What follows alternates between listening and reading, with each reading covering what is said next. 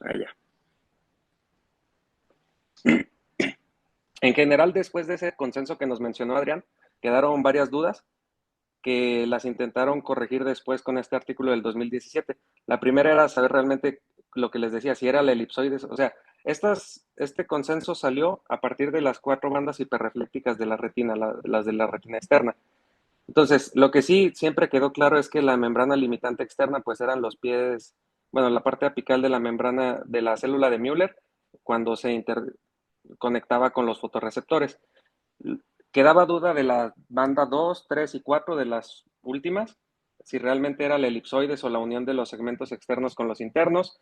Como decía Adrián, no se sabía si la tercera línea hiperrefléctica o banda hiperrefléctica más bien era la membrana de Berhoff, si era la porción apical de los segmentos externos o qué era. Y la cuarta, bueno, pues que se creía que era la unión de la membrana de Bruch con el EPR.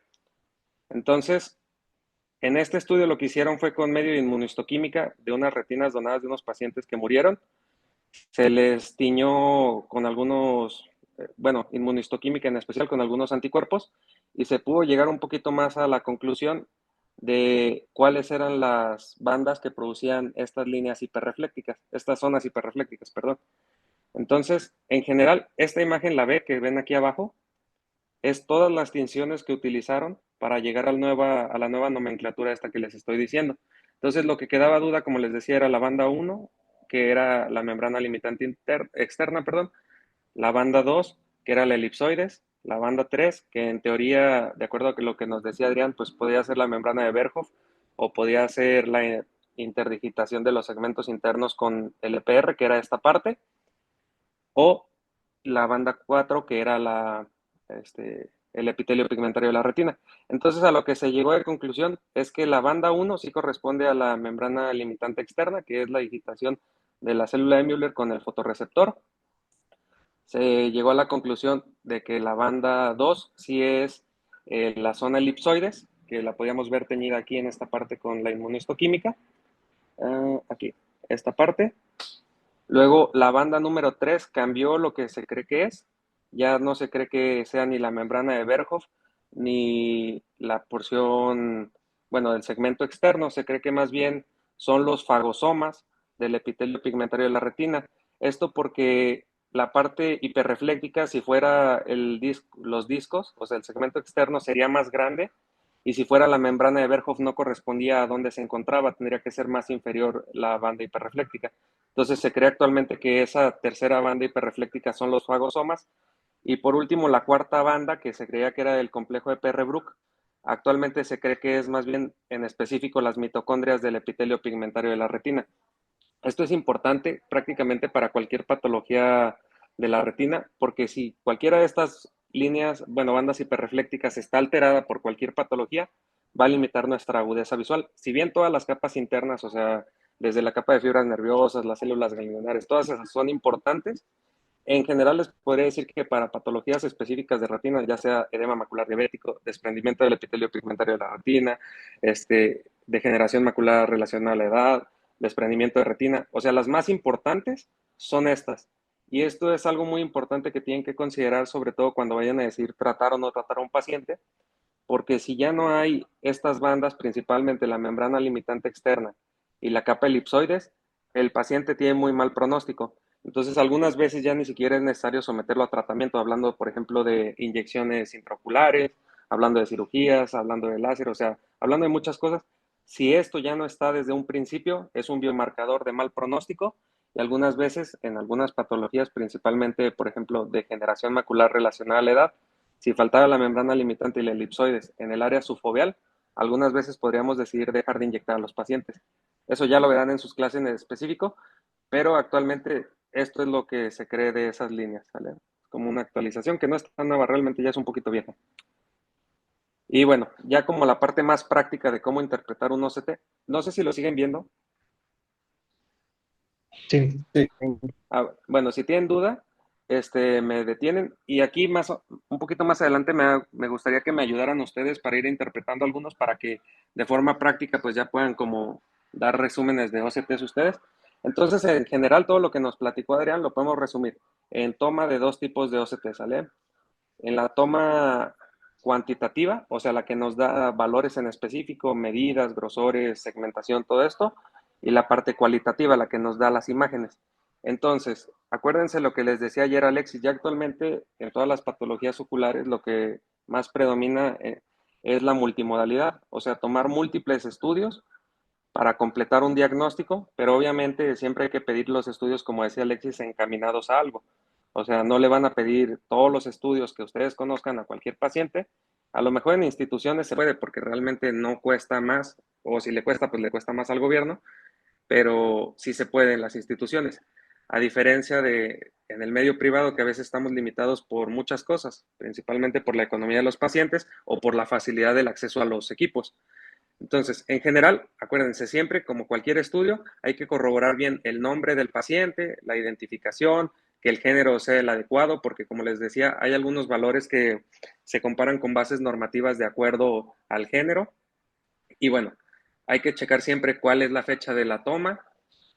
Y bueno, lo ideal es que primero viéramos la parte que no es con medidas, o sea, primero deberíamos ver las imágenes. Y aquí, por ejemplo, podemos ver que este es un raster de 21 líneas, que es del equipo Cirrus. Realmente los equipos casi todos hacen lo mismo, todos sirven bastante bien. Y aquí lo que podemos ver es que es una retina normal, ¿vale? Es un ojo derecho, vemos el nervio aquí, o podemos ver la capa de fibras nerviosas aquí, y aquí vemos la cabeza del nervio óptico. Entonces, si no tuviéramos la parte superior, o sea, de aquí para arriba, podríamos saber fácilmente que este es un ojo derecho. Entonces, hablando de forma práctica cómo escribimos un OCT, lo primero es la interfaz vitreomacular, que es la porción que está antes de la membrana limitante interna. Entonces aquí, esto por regla general debería estar hiporrefléctico, ¿sale? Debería estar completamente negro. Después hay que ir valorando el perfil anterior, que es toda la capa anterior de la retina, y aquí podemos tener múltiples patologías, pero en general tendríamos que ser un poquito oblicuos o más horizontales que este ojo. Este es ojo un poco largo, si se fijan, tiene como un poquito de concavidad aquí. Después hay que valorar que la depresión foveal esté presente. En cuarto lugar, continuaríamos con el paralelismo de las capas, que estén bien definidas esas capas internas. Después valoraríamos la integridad de las 4 capas externas que les decía que son sumamente importantes para patología retiniana, que es la membrana limitante externa, la capa elipsoides, luego lo que actualmente creemos que es los fagosomas y por último el complejo de Perre-Brook. Y después de esto, muchas veces paramos ahí la interpretación, pero tendríamos que seguir con lo coriocapilar, con la capa de Haller y con la capa de Sattler. Y una vez que hemos evaluado esta parte cualitativa, tendríamos que ir a ver la parte cuantitativa. Entonces, aquí vemos que es un OCT de buena calidad. En general también es algo que tenemos que evaluar siempre. Ahorita les voy a mandar cuánto es la calidad mínima para... Nada más que recuérdenme, porque luego se me olvida. ¿Cuánto es la calidad mínima para cada uno de los OCTs o de los más comunes? Para poder decir que estás evaluando un OCT que es confiable.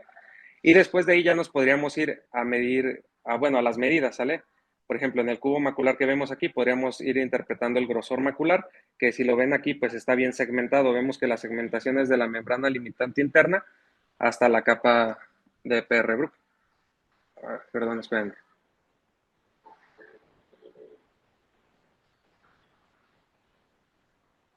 Entonces, en general, ¿cómo describiríamos si quisieran vender un OCT? Pues pondrían que primero, buenas tardes, doctor, tal, gracias por referirme a su paciente. Eso es como un poquito político. Se realizó una evaluación, hablando de en específico, de un rastreo de alta definición de imágenes, HD 21 líneas del ojo derecho, y ya entonces dirían, la interfaz vitreomacular se encuentra sin alteraciones, el perfil anterior se encuentra ligeramente oblicuo, conserva la depresión foveal, las capas internas son paralelas y tienen buena diferenciación entre sí, membrana limitante interna, capa elipsoides, complejo de Perre-Brook íntegros y continuos, y después pueden describir la coriocapilar, pues nada más ahí se ve sin alteraciones, y la zona escleral no se le ve nada. Entonces, así es más o menos como describiríamos un OCT normal, ¿sale? Y ahí le podrían agregar que en el cubo macular, en el subcampo central, tiene un grosor de 240 micras, que tiene un volumen macular de tanto, y le podrían ir agregando datos, ¿vale? Pero en general, bueno, por ejemplo, miren, el volumen macular está aquí, en este caso es 10. En algunas patologías se ha buscado que fuera un biomarcador, principalmente edema macular diabético, pues se ha visto que no tiene ninguna relación real con el tratamiento o con el pronóstico, pero igual lo podrían mencionar por ahí. Y ya, pues nada más le pondrían el diagnóstico. Igual, este es un OCT normal, que lo tendríamos que describir exactamente igual que como les dije ahorita. Pero, como les decía, hay algunas alteraciones del perfil anterior, principalmente en la interfaz vitreomacular que podríamos llegar a encontrar, líneas hiperreflécticas, como nos decía Adrián, de baja o de mediana reflectividad, que en este caso corresponde a la hialoides posterior que está adherida. Y en general, cuando la hialoides está adherida, podríamos tener dos patologías, la adhesión vitreomacular o la tracción vitreomacular. A su vez, estas las podríamos dividir en difusas y focales. Cuando no hay alteración del perfil anterior o de las capas internas, se considera que nada más es adhesión, o sea, solo está la hialoides pegada y realmente ahí no hay nada que hacer. Y lo decimos que es focal o difuso, dependiendo de si es menos o mayor de 1500 micras, ¿sale? Ese es el corte. Aquí es, por ejemplo, un síndrome de tracción vitreomacular focal, en el que vemos una línea hiperrefléctica en la interfaz vitreomacular. Incluso aquí vemos algunas condensaciones. La verdad, este OCT está malo, pero aquí vemos algunos puntilleos hiperreflécticos en la interfaz vitreomacular. Vemos una línea hiperrefléctica que tiene un punto de adhesión focal en el área foveal o en la depresión foveal. Entonces aquí también, aparte de que tenemos esto, describiríamos que la depresión foveal está alterada. Y si lo midiéramos, bueno, aquí a ojo de buen cubero es menos de 1500 micras, obviamente. Entonces, esta sería un síndrome de tracción vitreomacular focal. ¿Qué más podemos llegar a encontrar en el perfil anterior? Líneas hiperreflécticas que corresponden a membranas epirretinianas. Hay muchas causas de las membranas epirretinianas, pero las más comunes son oclusión de vena central de la retina, edema macular diabético, pacientes a los que se les pone láser y cirugía de catarata.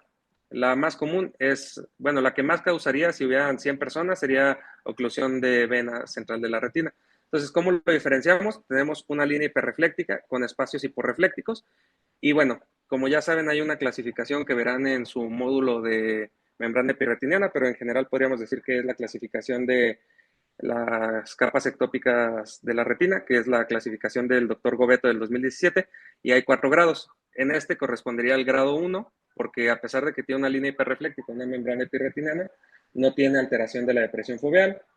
En esta hay alteración de la depresión foveal. Entonces, esta está como entre un 2 y 3. La verdad no encontré una puramente del 2, por eso no se las puse, porque aquí si se fijan ya se están empezando a juntar las capas internas que normalmente la depresión foveal no debería haber. Entonces ya ahí hay ectopia de capas. Y el grado 4, que es la indiferenciación de las capas internas, ¿sale? Y igual todo esto está asociado a una línea hiperrefléctica que vemos aquí, con espacios hiporreflécticos.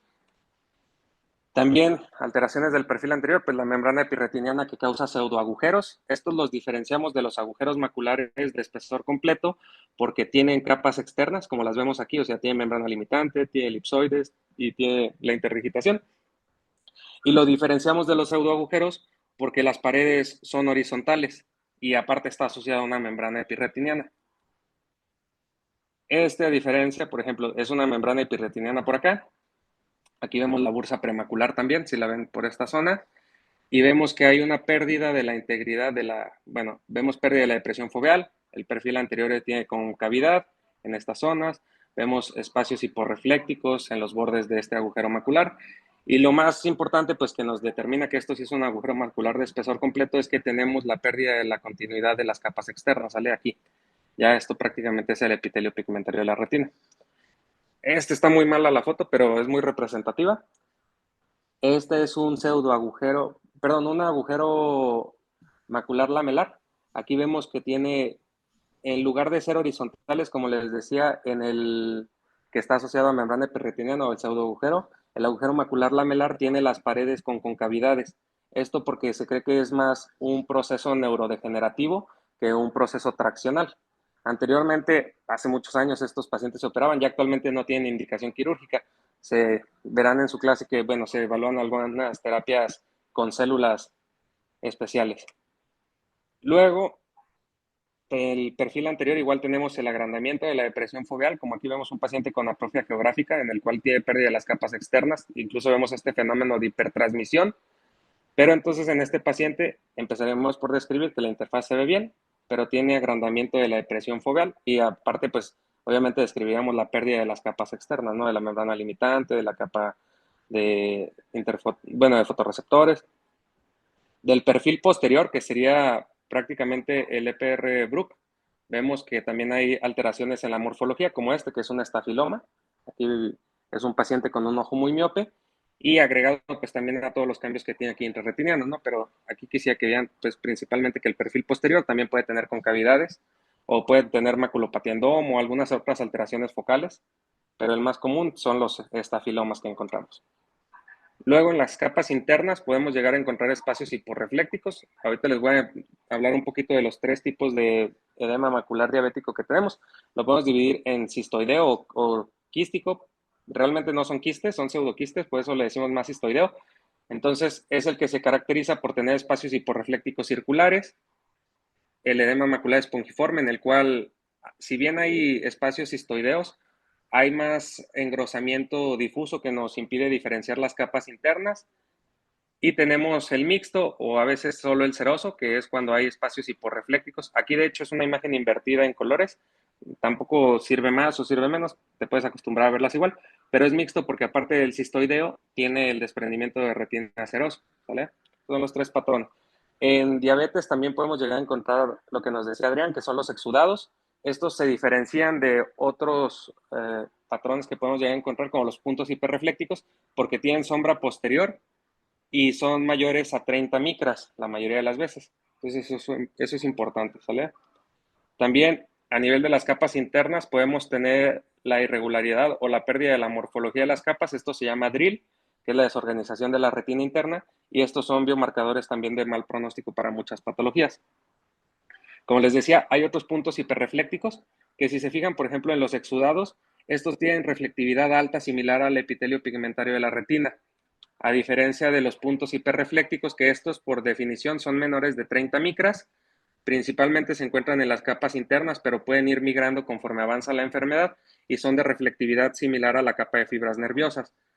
Estos se cree que son microglia activada y entonces nos hablan de procesos inflamatorios. Eso es importante porque en algunas patologías, por ejemplo, edema macular, ustedes podrían decidir tratar con Osurdex o, bueno, en general con esteroides o con antiangiogénicos de acuerdo a lo que encontraran, como este tipo de biomarcadores, ¿vale? Luego, en la parte externa también tenemos áreas hiperreflécticas como esta zona. Aquí lo podemos correlacionar con esta fotografía clínica que me gustaría que algún R3 me dijera qué es. Ese macroneurismo. Con S2CT, te aparecería un macroneurisma, Ezequiel.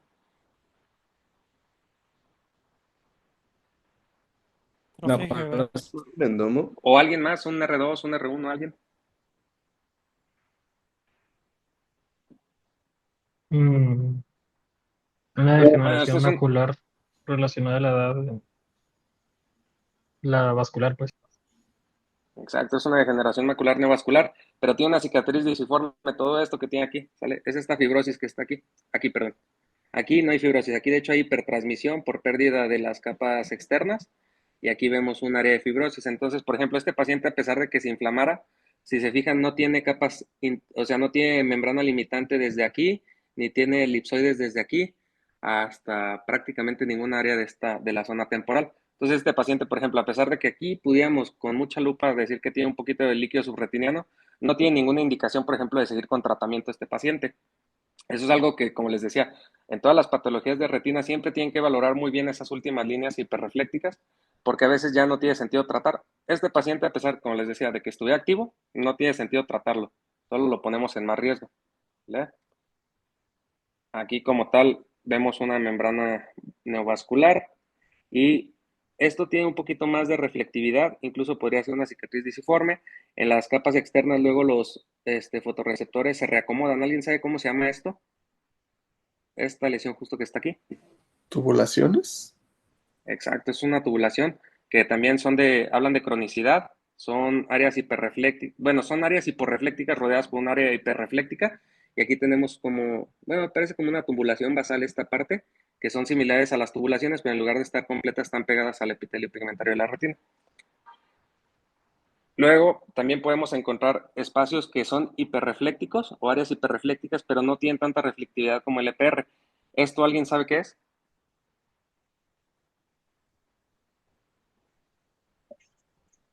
Una membrana neovascular. ¿Eso?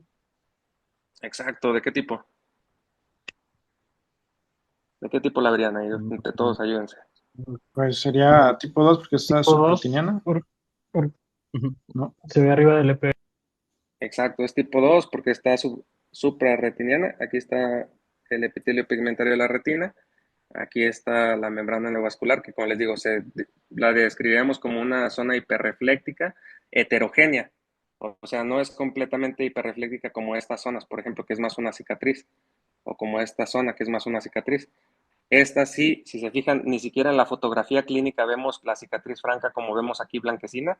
Acá todavía medio parece un poco la retina. Entonces, a diferencia del anterior, este paciente sí tiene indicación de tratar para ver, pues principalmente qué pasa realmente, porque la elipsoides que va por aquí se diferencia muy poquito, pero quizá este paciente tenga mejor pronóstico. Entonces, este paciente sí es candidato a tratamiento, ¿vale? Podemos llegar a ver igual aquí unas áreas hiperreflécticas heterogéneas, que esta es una membrana neovascular tipo 2 igual. Esto, bueno, si se fijan, tenemos la retina interna, tenemos un agujero macular de espesor completo y aquí nos falta el epitelio pigmentario de la retina y el complejo de Perrebrooke. ¿Saben qué es esto? Maculopatía miópica. Pues Podría ser. Retinosquisis, ¿no? Retinosquisis. Pues, Des- retinosquisis, quizá aquí con mucha imaginación, pero es otra cosa. pues ya R, ¿no? Es un, Con líquido exacto, subretiniano. exacto, es un desprendimiento de la retina neurosensorial asociada a un agujero macular. Y bueno, aparte, si se fijan, tiene una membrana epirretiniana de este lado. ¿Alguien sabe qué es? Una serosa central.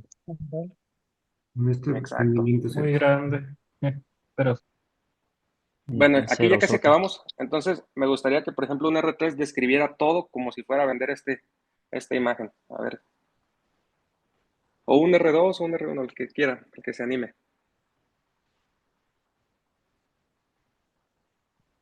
Es una CT de ojo izquierdo en la cual se observa puntilleo en la interfaz vitreoretiniana. Mm, no se aprecia la depresión foveal. Acá está, mira, ligeramente. Bueno, sí. Bueno, está atenuada, se podría decir. Disminuido, sí. Y pues al menos no veo como ectopia de capas. Y hay discontinuidad de las capas externas. Las capas externas están aquí, mira. Aquí está la membrana limitante externa y la elipsoides. Sí hay. Bueno, pues entonces ahí solamente se observa que será líquido subretiniano. Un espacio hiporrefléctico, Bueno, subfoveal, que abarca hacia la región nasal, que sí correspondería al líquido subretiniano, ¿no? Un desprendimiento de retina serosa. Muy bien, Dani. Y aquí, bueno, acuérdense que en la serosa central vemos también esta característica que son los fotorreceptores engrosados o shaggy photoreceptors, que es por estrés de los fotorreceptores. Entonces, igual podrían describir que tiene engrosamiento de la elipsoides aquí, si se fijan. Si los comparamos con esta zona que está más cercana al epitelio pigmentario de la retina, aquí los ven más gruesos. Y es una característica por estrés, por el despegamiento. Muy bien, Dani. ¿Alguien que me describiera esto qué es? O sea, toda, desde el principio hasta el final.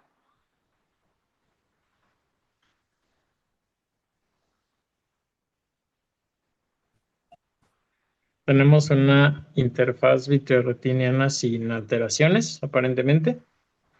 Está pues presente la Mira, digo, depresión foveal. fíjate aquí que hay. Es como una zona hiperreflectiva, ¿no? Hiperreflectante. Podría ser, Una ajá, es MEP, una ¿no? zona hiperrefléctica, podría ser una membrana epirretiniana Sí, esta. una membrana podría ser. Entonces, tu interfaz vitreomacular sí tiene alteraciones aquí en el sector Ok. temporal, Ajá. ¿vale? Veo, vas bien, a ver, dale.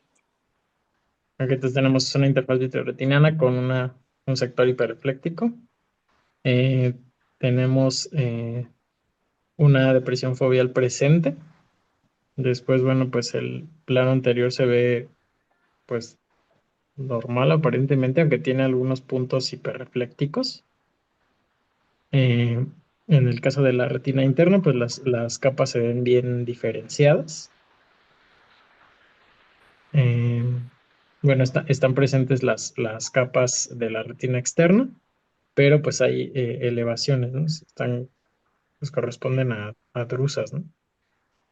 Aquí hay dos tipos de fenómenos.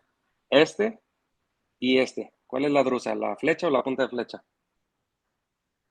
La drusa es la flecha. Exacto. Porque está abajo del epitelio pigmentario de la retina, ¿no? Que aquí lo vemos. Ajá, ¿Y su la punta de BPR. flecha qué es? Está debajo del espacio de los fotorreceptores. Está debajo de la retina neurosensorial. Y es ligeramente hiperrefléctico, un poco heterogéneo, sin sombra. Es característico de pseudodrusas. ¿Vale? Entonces, este es un Son los paciente con depósitos degeneración macular. lineales. Pues no tanto, esto como tal ya se clasifica como una pseudodrusa. Ok. O sea, los depósitos lineales y todo eso es más como histológico en las capas, pero aquí como tal esto lo describirías como una pseudodrusa porque está debajo de la retina neurosensorial, arriba del epitelio pigmentario. Entonces esto es una DMAE seca, ¿no? O no neovascular. Sí. Y algo que les dije aquí que no les había dicho, las drusas no tienen sombra posterior, eso es importante, y la reflectividad es heterogénea. ¿Y qué es esto, saben? Esta zona, que tiene sombra, y viene desde la ¿Podría retina ser una interna. hemorragia intrarretiniana? Podría, pero algo más común, Un vaso retiniano. ¿Un un exudado? vaso sanguíneo, Ah, exacto, vaso. un vaso. Acuérdate que los exudados son hiperreflécticos como el epitelio pigmentario. Esto no está tan hiperrefléctico, esto más bien es como un vaso sanguíneo que causa sombra posterior, es como un artefacto, por decirlo así. Luego, todo bien, o sea, perfil anterior bien, depresión foveal parcialmente presente, capas internas paralelas, distinguibles, capas externas, membrana limitante externa y elipsoides continuas en toda la región. Y vemos aquí esto. ¿Qué es, saben?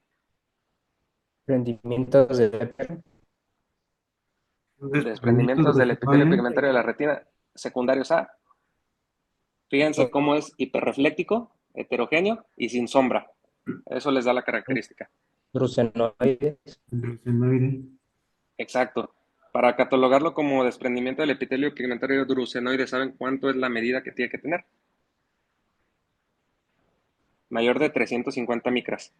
Si es menos de 350 micras, hablaríamos de que son drusas blandas. Las drusas blandas se caracterizan por tener ángulos cercanos a 90 grados y por ser hiperreflécticas, heterogéneas y sin sombra posterior, a diferencia de estas que, por ejemplo, son drusas duras. ¿Vale? Eso clínicamente nos ayudaríamos mucho al verlas, pero aquí en el OCT podemos distinguir que estas son duras porque son un poquito más hiperreflécticas, igual no tienen sombra posterior, pero los ángulos de su elevación no son tan agudos como los de las drusas blandas, ¿vale? Que aquí son similares a 90 grados, casi se fijan aquí. Y acuérdense, 350 micras es la diferencia entre una y otra. Ya casi acabamos, ¿eh? Y por último, creo que es la última, sí, esta. ¿Qué es? ¿O qué le ven? Alguien que la describa. Esta, la D. La D es la más fácil. Pues tenemos el espacio vítreo con puntilleo, tenemos una interfaz vitriomacular donde no se observa alteración, tenemos una disminución de la depresión foveal importante, hay una... La depresión foveal aquí está, mira. Sí, o sea, pero sí está disminuida, ¿no? ¿O no?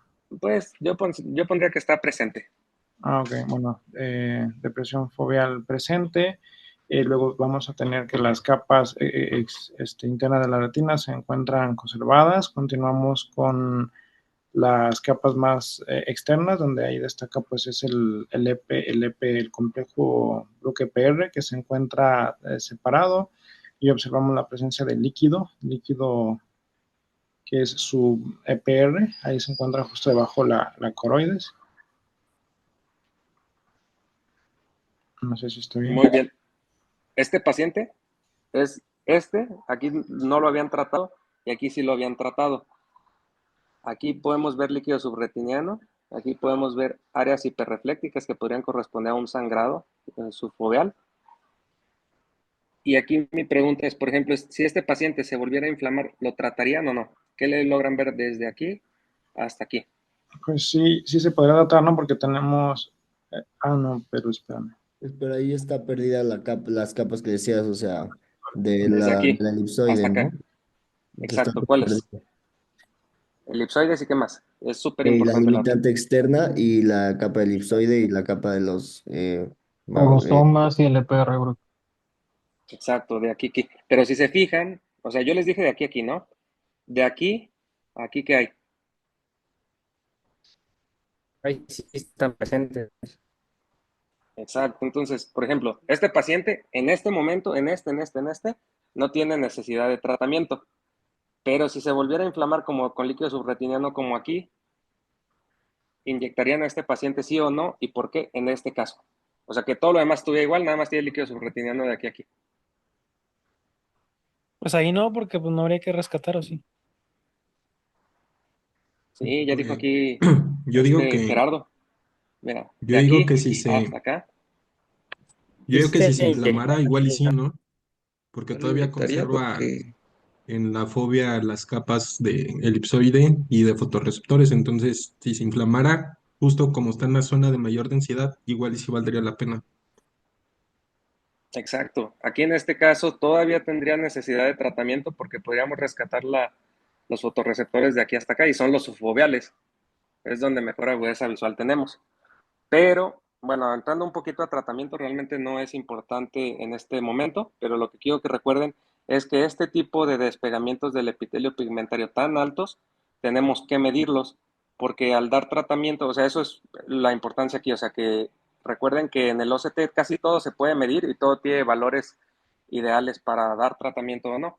Aquí, estos despegamientos del epitelio pigmentario cerohemáticos, porque si se fijan en la porción apical están como hiperreflécticos heterogéneos, aquí, tienen riesgo de ruptura por tratamiento. El valor de corte que ustedes tienen que recordar para decidir, bueno, no para decir, realmente más bien lo que le tienen que platicar al paciente es que tiene riesgo de ruptura del EPR y de mala visión, obviamente, si eso pasa, y es lo que importa ahorita que recuerden de evaluación del OCT, es un grosor, una altura de 600 micras, ¿vale? Si ustedes miden de la porción más apical a donde aparentemente estuviera la membrana de Bruch, si mide más de 600 micras, tiene riesgo de ruptura en la inyección. Entonces, si se rompe el EPR, la visión va a ser mala, sí o sí. Y eso es independiente, o sea, a todas las personas que tengan más de 600 micras les puede pasar. Eso lo deben recordar para cuando ya lleven la clase de degeneración macular, ¿vale? Entonces, pero otro factor no de lo riesgo, contraindica, ¿mande? no lo contraindica, entonces, ¿Tú qué opinas? ¿O pues qué eso, opinan los demás? Eso es importante. o sea, solamente es como mencionarle el riesgo al paciente, pero no contraindica pues, el tratamiento. Exacto. O sea, el riesgo es bajo, de hecho, pero puede pasar. Entonces le tienes, de hecho puede pasar hasta con los más chicos, ¿eh? O sea, no es que nada más los de 600 o más se rompan.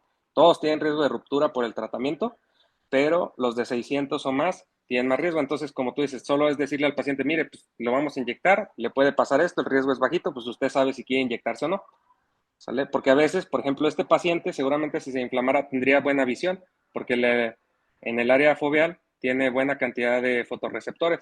Entonces, a lo mejor si lo inyectas y pierde visión, pues tú vas a ser el malo del cuento, ¿no? Pero pues mejor avisarle antes de. Entonces, características por OCT que deben de medir es eso, la altura.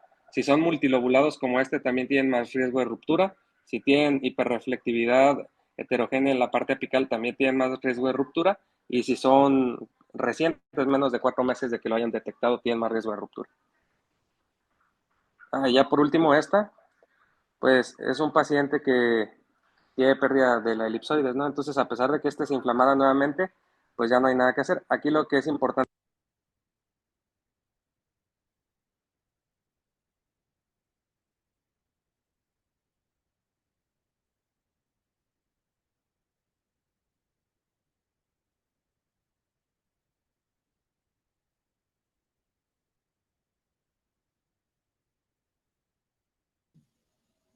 Bueno, ¿se trabaron ustedes también? Sí, No, ya no se vio lo que pareció dijo.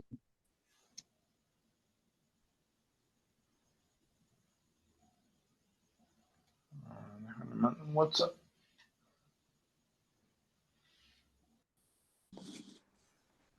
¿Dudas? Oye, César, ese último que acabas de decir, como que se trabó la imagen y ya no se escuchó ni se vio nada.